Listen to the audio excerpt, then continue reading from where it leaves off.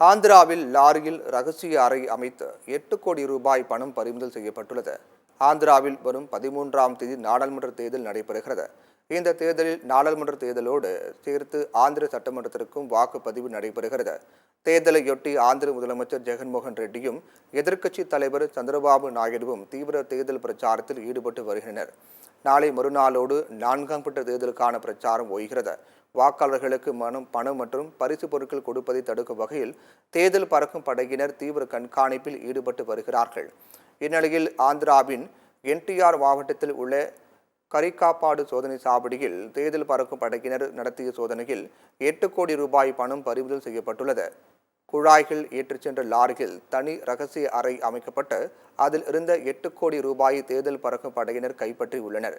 இது தொடர்பாக 2 பேர் கைது செய்யப்பட்டுள்ளனர்.